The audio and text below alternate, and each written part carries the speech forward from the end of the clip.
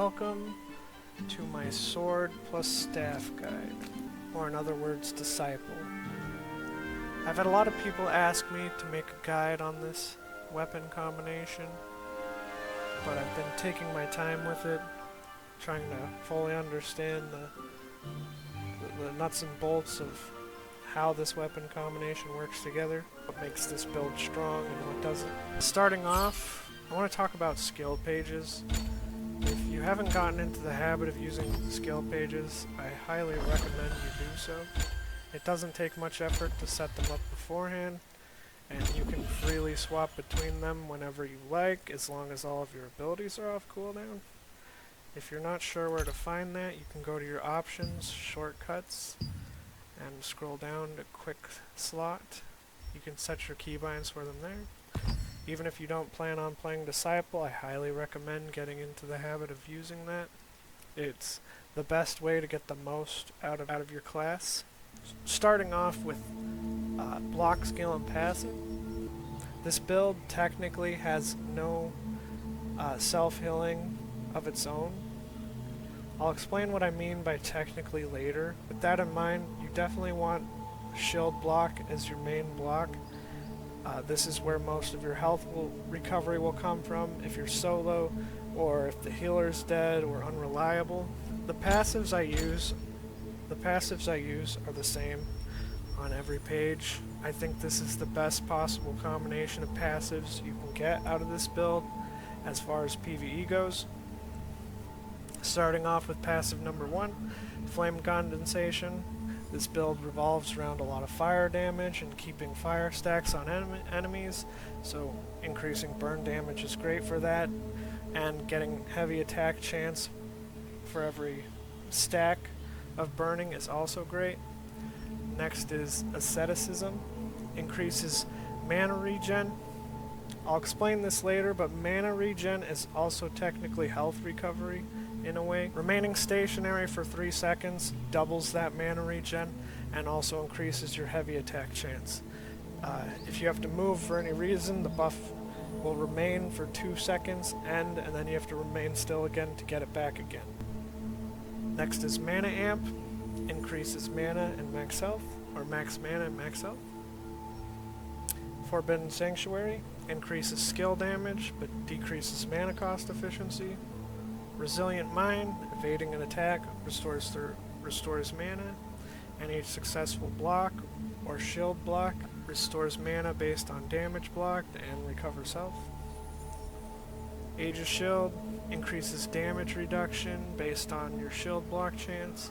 I would highly recommend using sword as your main weapon. Spectrum of Agony. This is your most important passive for damage. I'll explain this more in detail later. And then Impenetrable is another defense passive. Very great, especially against multiple enemies. Now I'll start off with my most used page, my mob control page. This is the page I use when solo farming open world dungeons, or before I get to the boss in dungeons. This is the page I primarily use for most everything.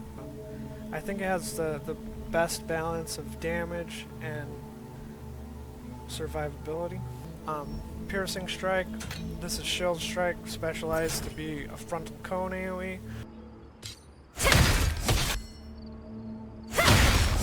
This is your primary aggro skill, and the only aggro skill you really need with this build. Counter Barrier. This is your primary defense skill. This also works well with your best damage ability, which is Cleaving Roar. I'll cover a bit later, but this Counter Barrier procs with Cleaving Roar, and I'll show a clip. I'll demonstrate a clip showing exactly what I mean.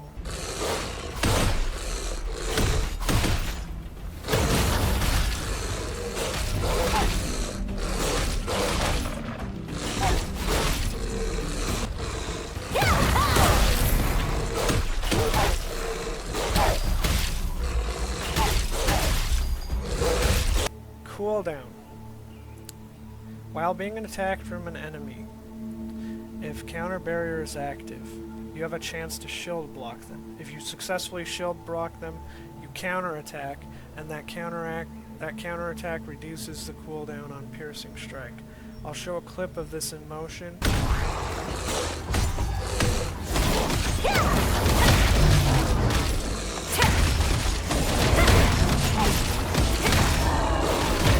It is pretty crazy when in a pack of ads.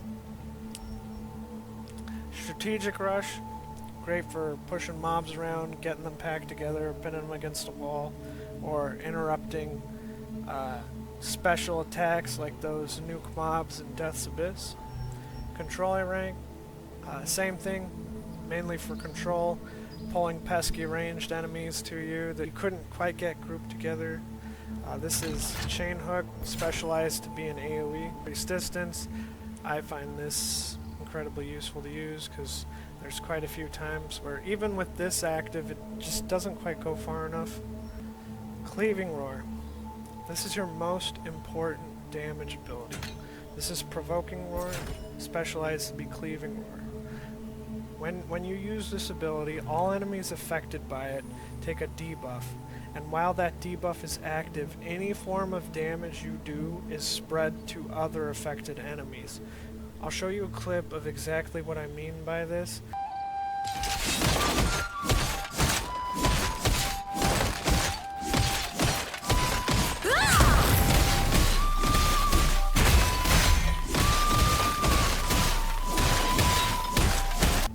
This is the heart of the build. What makes this build work so well is pairing Cleaving Roar with Staff's many multi-hit abilities. Cooldown reduction, again, most important damage ability. Highly recommend taking this. I don't see any reason not to.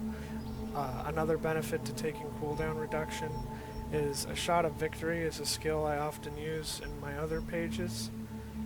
This gives a damage buff to Cleaving Roar, and when you have the cooldown reduce on Cleaving Roar, it makes the cooldowns exactly the same. Very easy to line them up. Stalwart Bastion. This is an optional defense skill you can take. You can also specialize this to be skill damage buff for your party members. You can further specialize it to be a solo skill damage buff or a stronger solo buff. The party one is worth taking. I personally don't think this buff is worth taking if you're solo. It's too much of a point investment, and at least for me, it hasn't made any noticeable damage increase. There are other lower cooldown damage abilities you can take that essentially do more damage than this buff provides to you. Next is Witty Strike. This is an incredibly important skill to have for when dealing with multiple enemies that constantly use fury attacks or bosses that constantly use fury attacks. I like to have it spec'd for consecutive use. This allows me to use it 2 times and specialize from stamina recovery. Most of this build's healing comes from sword block, so this is great for using sword block to constantly keep healing myself when in a massive group of enemies, and when I run out of stamina I can quickly hit them with this, and depending on how many enemies I hit, fully recover my stamina and just keep blocking again.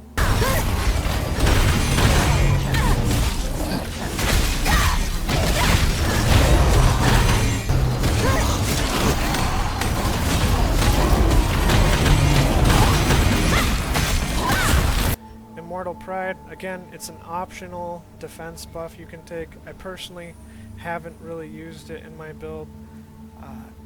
Immortal Pride and Stalwart Bastions are abilities I've only personally used when trying to solo level 50 dungeons. Generally speaking, Redemptive Barrier from the staff skill is more than enough to serve as damage reduction on its own as a tank. It's got a short cooldown, especially when paired with staff's cooldown reduction. It's an optional ability to take, but I don't personally use it that much unless I'm doing something crazy. Shot of Victory. I often use this in my other 2 pages. You know, buffs Cleaving Roar damage. This increases the damage, or this boosts the damage increase from 20 to 30%. This increases the duration. This turns it into an AoE, which in my opinion isn't worth taking at all for 10 points. With this build, when you're going for damage, you want abilities with multiple hits. There's a staff skill for 10 points that I believe is a better option. Effect duration. This, based on my Infinity Tower testing, this doesn't seem to have much of an impact so far. Next is Serial Firebombs. This is one of your most important fire abilities. This is a triple cast ability. You use it once and you get two more attacks with it that you can weave in between with other attacks. This specialization removes the triple cast and turns it into a single cast nuke. I would not recommend taking this because it's overall counterproductive to how the build works. Again, the goal is constant rapid hits while Cleaving Roar is up. This is counterproductive to that. Not only that, it's also more difficult to maintain 10 burning stacks on your enemies at all times.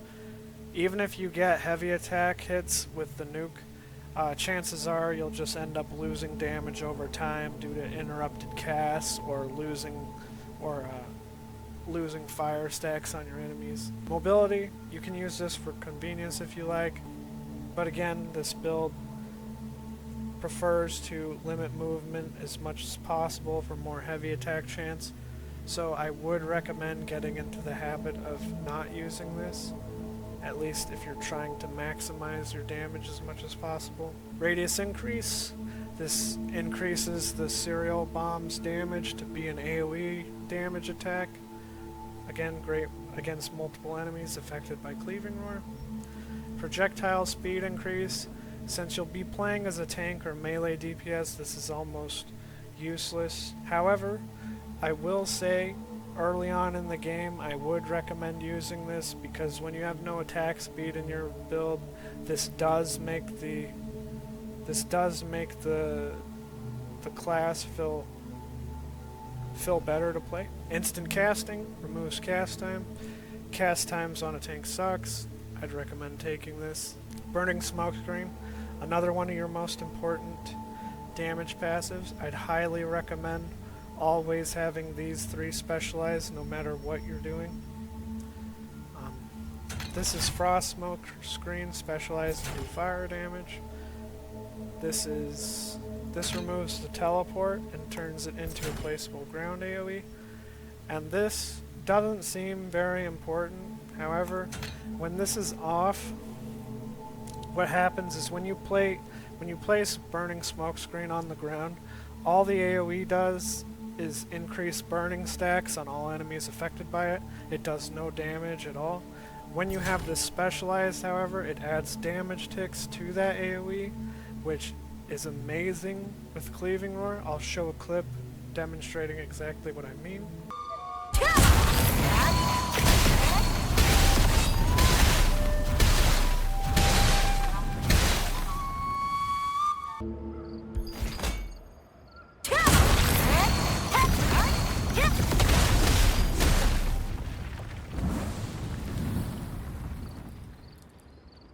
Next is Thunder Blessing. This is another one of your more important skills. This is Inner Peace specialized to be Thunder Blessing. And what this does is when you have it active, it's Inner Peace, recovering your mana, but also hitting nearby enemies with constant lightning strikes, which is amazing with Cleaving Roar.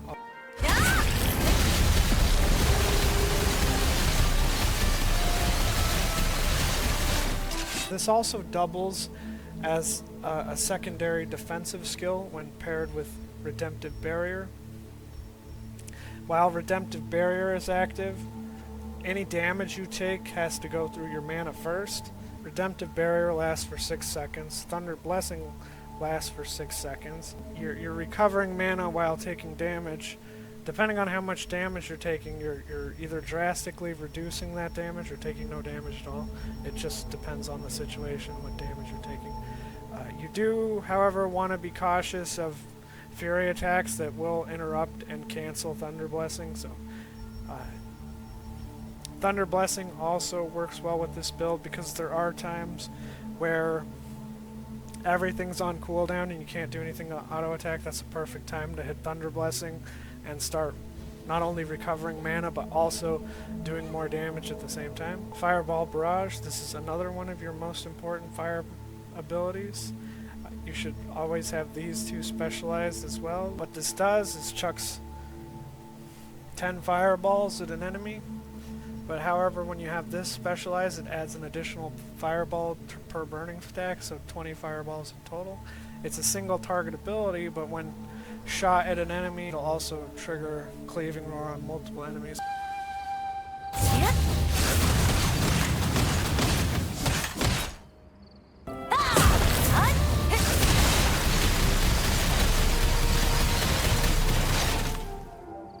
Redemptive Barrier, this is your most important defensive skill. Essentially turns your mana bar into a secondary HP bar.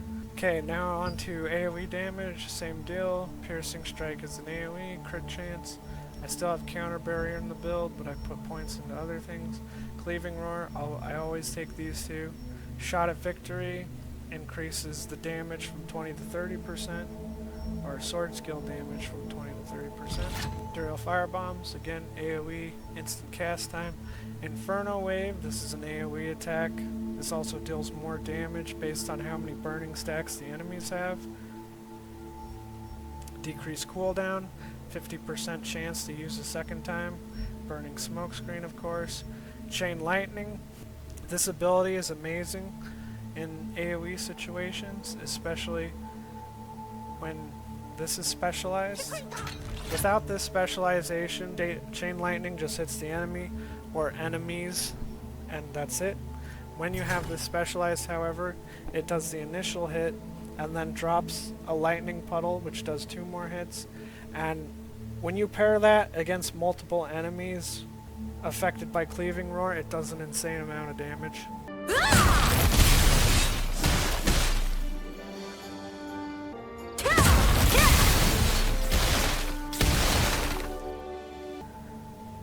Damage transfer guarantees transfers will always happen regardless of Weather Frost, and mitigates damage drop-off when transferring between enemies. Thunder Blessing, of course, amazing in AoE situations, especially to enemies affected by Cleaving Roar. Fireball Barrage, same deal. Oh, I think I forgot to cover it, but I always have high focus in my build as well. Judgment Lightning does bonus damage to enemies affected by burning. Landing a heavy attack also allows you to use it a second time. Getting a heavy attack on the second hit reduces the cooldown by 30%. Consecutive use. Sometimes this is worth taking when you have the points for it. What it does is it adds a cast time, but guarantees you will always get a second hit or a second use. Damage transfer guarantees transfers will happen between enemies and reduces damage drop-off. This is a pure AoE damage build. This is the page I use when fighting bosses specifically. Whenever I get to dungeons or open world bosses, I'll swap to this page. Shield Strike, I remove the AoE because no point in having an AoE against a single target. Got the crit damage or the crit chance. Counter Barrier, specialized for cooldown and base damage increase while it's active. Cleaving Roar, of course. Shot at Victory. Serial Firebombs, instant cast time. No point in having the AoE against a single target. Inferno Wave, cooldown, consecutive use. I'd say these points could be better spent elsewhere. I'm just not entirely sure where to put them. Sometimes I'll put them in aggro, but like I said earlier, most of the time you don't really need aggro. So I haven't decided where to put those points yet. Burning Smokescreen, of course. Chain Lightning for the puddle. Thunder Blessing, of course. Fireball Barrage. High Focus. When I'm in parties, I'll specialize this to be a party-wide buff. This applies to all party members, but cuts the cooldown reduction in half. If I'm solo, I'll take off these points and put them elsewhere. Usually in Judgment Lightning, I think it was. Okay, and lastly, I wanna go over some skills that I use from time to time, but I don't frequently use. Stalwart Bastion. This, when paired with Redemptive Barrier, can provide some amazing results. You can absorb some ridiculous amounts of damage, especially if you throw Immortal Pride with defense increased into the mix. The results you can get from these three combined is absolutely ridiculous.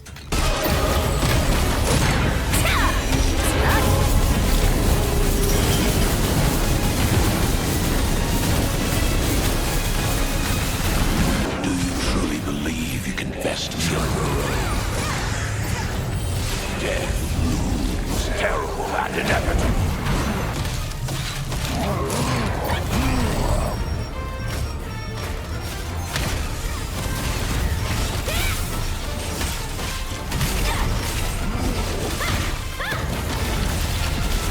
For stats, you want to aim for 50 strength, especially if you're going to be tanking. You want the 40 for the damage reduction and the 50 for the extra heavy attack chance for damage. Perception is your second most important stats. You want to get it to 40, 30 for the hit chance, the increase in burn chance and collision chance, as well as 40 for increased buff duration. Buff duration applies to your Redemptive Barrier and your Thunder Blessing, so the more buff duration you have, the longer your mana can serve as a secondary HP bar, or the longer you can recover mana. Then next Wisdom for, extra mana, more cooldown reduction. Dexterity, in my opinion, is your least important stat for this build. For weapons, Carnix and Staff of Lucid Light will be your best in slot, at least your easiest best in slot to get. Carnix for the strength and shield block chance, of course, as well as max health. You want heavy attack chance, crit chance, and hit chance. Staff of Lucid Light is also really easy to get and best in slot due to mana cost efficiency. Mana cost efficiency acts as an indirect form of damage reduction, because again, the less mana you spend, the more mana you can use to reduce damage you're taking. Also, heavy attack, hit chance, crit chance. For armor, my armor is kind of a mess right now. However, I do have Shock Commander, chest and gloves. I think I'm going to aim for 4-piece Shock Commander. The helmet and the boots, and then the pants I might switch to Swirling Essence pants, but Ebonroar Greaves are a great pick in my opinion, or a great secondary pick. Abyssal Grace Band, I think this is one of your best in slot rings for this build. The attack speed works very well. The more attack speed you have with this build, the better it feels. Mana cost efficiency, of course, very strong stat. Sapphire Dimensional Band, I'm not entirely sure if this is best in slot for this build, but the Wisdom and Perception is great. It's also pretty easy to get. Undecided on that. I do think Bracers of the Primal King is best in slot until Tier 2. Perception is great, of course, for getting to 40, and bonus damage works with Cleaving Roar as far as I understand. I also plan to link my... I have a quest log page set up for this that I plan to link in the video below if you want to check it out. It's just an option. I wouldn't recommend sticking to it as a gear plan because I haven't taken into account Lucent cost or anything. I haven't spent any Lucent on my gear, and I'm not planning to whale out on gear either, so I'm not exactly free to play, but I'm aiming towards a more free to play gearing. I just picked pieces that looked really good. I didn't take into account how difficult they would be to get due to lucent cost and whatnot. But anyway, that's the end of my guide. Hopefully I covered any questions you might have, and thanks for watching.